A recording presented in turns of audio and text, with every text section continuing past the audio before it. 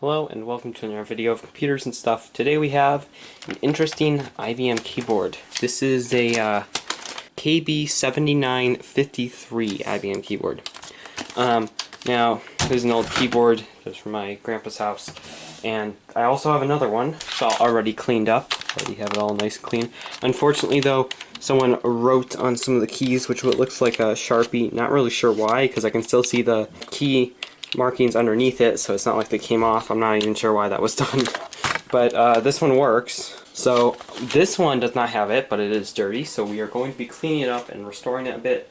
Now, I can't really tell. It might just be dust, but if that's yellowed, I'm not good at retrobrighting. I haven't tried it yet, and I don't want to do it on this keyboard. These are not that expensive keyboards, but and they're not even mechanical keyboards. These are actually the rubber dome keyboards, so I mean, but the feel of it is very nice. It's almost like a mechanical, and it's probably one of the best rubber dome keyboards.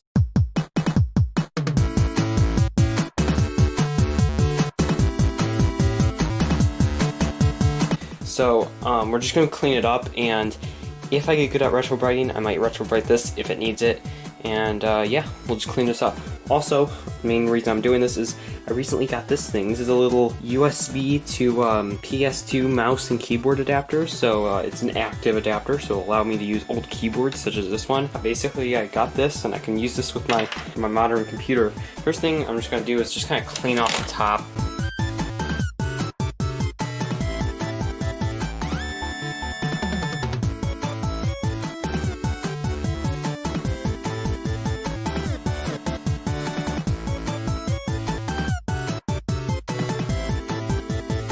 Gonna clean it off, and then we'll take it apart and clean the inside.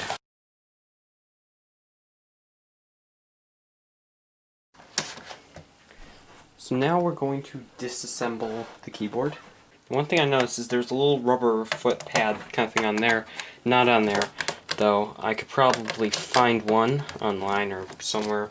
I'm not sure. I don't think I have any rubber pads that would be able to fit, or if they're I don't even have ones that are larger, because if there is one that's big enough to go on there, I could just cut it, like a bigger piece of adhesive pad like that. I do not have any of that though, so fortunately I don't think I can do that right now, but someday I'll probably get the pad for that. This thing I probably have to be careful with, probably because it's going to use a rubber, each individual key is going to have its own rubber pad, instead of it being on one big sheet. That's how the old keyboards were usually like. Sometimes maybe they're on the same one, but it's going to be coming off. There might be a secret screw. I do not want to take off this label. There could be either a secret screw somewhere or under these feet. Well, there's one I forgot to take out. I don't know if that's the one preventing it. Yeah, that's the one that's preventing it from opening. Now, we can kind of open it up. I'm going to pull. I don't want to do it on the foot, though, because it could come off. This one's a little difficult to get open. Not sure if there's another screw. Alright, so I found out that there's actually screws underneath the keys, so I guess we're going to have to take off the keys first before we take it apart.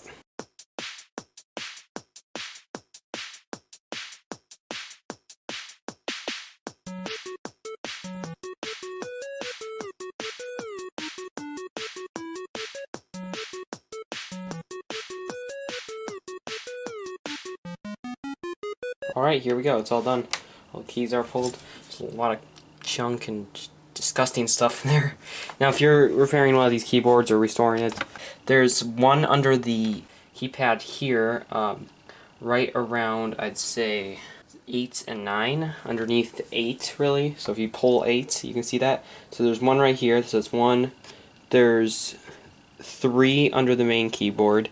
So yeah, there's 4 screws that you'll need to remove. There's 1 under the keypad, and 1 underneath, pretty much by the W key, 1 by the, I don't know, H and G key, maybe, and then 1 over here by the P, under the P key, and by the semicolon and quotes key in that area. So that's the keys you need to removed in order to take off the keyboard.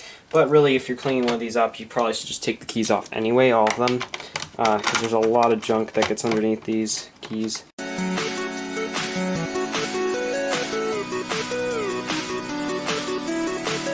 And as you can see, it comes off easily like that. Now this is going to need to be cleaned. Oh, I was wrong. It is a pad. It is like a whole... I don't want to touch that because there's a ton of stuff. Actually, I think this side looks good. As you can see, it's just a pad. It's not individual, and there's still a lot of water in there I'll have to clean up. Yeah, so I'll go through this and clean it up. Oh, and this is when I tried to open it up. I was going to pry it open carefully and keep some of it open with one of my screwdriver heads, and it fell in. So, got that out.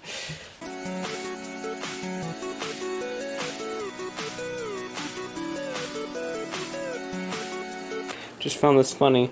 On the board here, if you can see that, they just took like a wire and soldered it to two of the pins as if like something happened. I don't know if this was after this is manufactured or in the factory. Kind of weird. It does have some of that weird stuff on it, and that's why I think it might be from the factory. Somehow they're just both... I don't know, it's just weird. Looking at the plastic, there's a little stamp on there of when this is from. Looks like 1998. Wait, month. Looks like February 8th, 1998. Interesting. So yeah, this isn't that old, but it's still pretty cool, and it's a nice feeling keyboard, even though it's not mechanical. Now we got this. This still has to be cleaned. The other part is drying, and then we just got the keys to clean, which I'll probably show you that part. The other stuff is kind of boring. Just wash it off and stuff like that. But I will show the keys because I don't know, that's just kind of cool.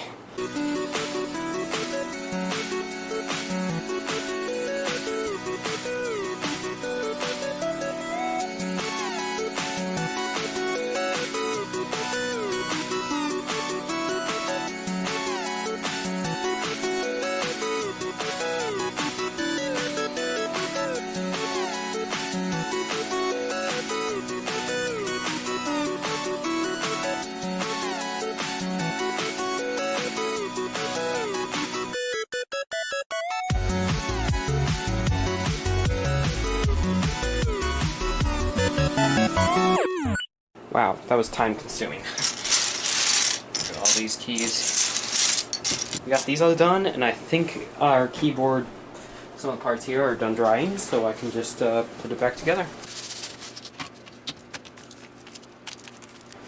Unfortunately, it's easier to do with this. It's not each individual, rubber piece.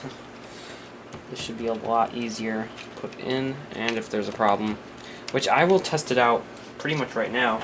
And that's actually the one last thing I gotta clean is the cable.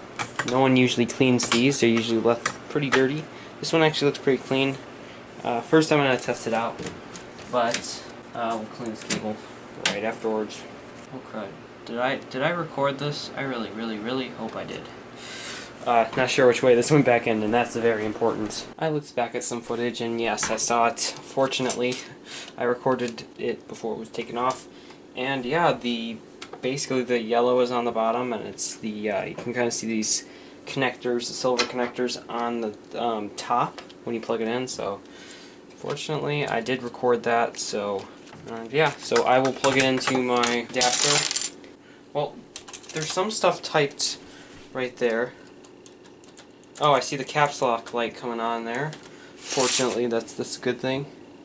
Unfortunately, I cannot see anything on coming up, so that's not good. Okay, so I took out the connectors and plugged them back in and redid everything. Now it seems to work just fine. I was able to press some keys and it seems to do stuff on Windows. So, yeah, it's good. Now I can just put it back together. There's a lot of scuffs and marks on this, and it's really not a perfect keyboard. I don't know if I could buff some out, maybe. I think the other one is in better shape in terms of how it looks and stuff. Let me get it real quick. Yeah, it actually looks brighter. This one looks actually in pretty much perfect condition except for that right there. Doesn't need to be retro bright or anything. I think about just taking some keys from this one and putting on this one because it looks so much better. Now I'll have to see exactly where everything goes. It's pretty much like another keyboard, or every other keyboard invented. It's pretty similar. There's not really any big differences. Although I did take some pictures in case I need them. I'm not sure where everything goes.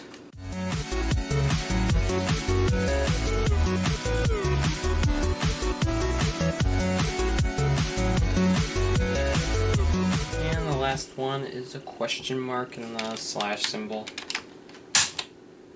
There we go. It is all pretty much completed. We just have to put the screws back in on the bottom. Alright, we're done, and it doesn't look great. There's still, you see some yellowing on this keyboard. I'm not even sure if that's sunlight or stains or something. Definitely the other keyboard looks better. But I do have to say that this looks better than it did before. And if, like I said, if I wanted to, I could probably take one of the keys from the other ones. But now that I look at it, this one's a lot different than this one. I'm wondering though, maybe I could find one. This also does look a bit a lot more yellow than this one. But there's some other features that are just totally different. As you can see, the indicators for the num lock, scroll lock, and caps lock are totally different. This one just says num lock, caps lock, scroll lock, and this one has different symbols for them. Also, yeah, if someone didn't write all this stuff all over it, it would probably be good. I don't know if there's a way to get that off without ruining the actual keys. There might be, but otherwise maybe I can find another model online and replace the ones from this one. Also, the IBM logo in this one is a lot more faded. This one you can see it a lot better. So yeah, but I'm glad that I did get this one all cleaned up, and let's give it a go. Alright, so we will set this up with the adapter here. And I'm also going to be using an old mouse. Here we got a very interesting looking, weird, kind of like, it's kind of actually comfortable mouse. It has 3 buttons, and it's called the Mouseman serial mouse port. Now this is, it says serial, but not sure, not an expert on peripherals. But it is PS2, so we're going to plug it in to the PS2 mouse, and of course we're going to be using our IBM keyboard with the PS2 keyboard, and then plug this in like so, and it should work. Hoping it's working. Yep, there we go. The mouse, of course, probably have to clean it off. It has a ball, and yep, keyboard seems to be working. So let's open a notepad. Let's do the quick. Wow, this is such a great feeling keyboard. Brown fox jumped over. It's actually going to take a little while to get used to. So it looks like all the keys are working as far as... Yeah, it looks like everything's working. And I did a quick brown fox sentence, so it looks like all the average keys here are working. And yeah, it looks like everything's working pretty well. I want to try it in a game. Yeah, I think I'd be able to game like this, definitely. I'd like to try one with the WASD, because BeamNG does not use that, because basically it uses every other key on the keyboard. It uses a lot of keys. Actually, I'm not too sure why they use this one. They must have a reason. But we shall test another app. Okay, so here's just another simple game to try it with.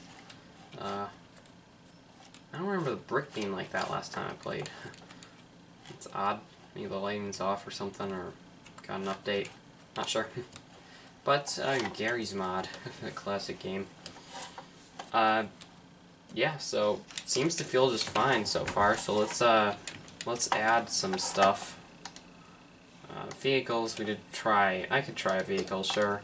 I did do BeamNG, which is a much more realistic driving simulator. But let's get some. Oh no. Yeah, I mean, this feels pretty realistic if I'm, like, running away from someone here. Let's do WASD. Okay. Didn't know you were that close. In a car, it feels pretty good. Okay, so let's get, I have to respawn him, because everyone's gonna, like, think, oh, I'm scared. Nope. Here, what the heck? It's gonna be like, nope, just run right into him. Of course, the ragdoll and Gary's Mod. So let's get another enemy that's actually it's actually the enemy, and that's lame.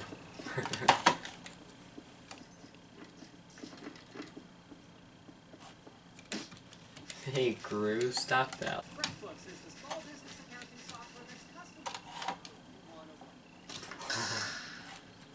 I forgot I got that. Holy cow. What does he do when he gets to you? Oh jeez. I think that's about it for this video. Well, yeah, it seems... So this keyboard overall, if you're a little bit plain here, it feels pretty nice. I say it's a lot better than most of the modern keyboards I felt, except for like, you know, real modern keyboards like the Razer keyboards and the Corsair. Oh no. And so yeah, that's about it. And cool keyboard. Might put the keys on, might repair the other one with the weird keys. But yeah, it's also, I know it's very heavy, and I might do a full review of this thing, but yeah, that's about it. And I will see you in the next video.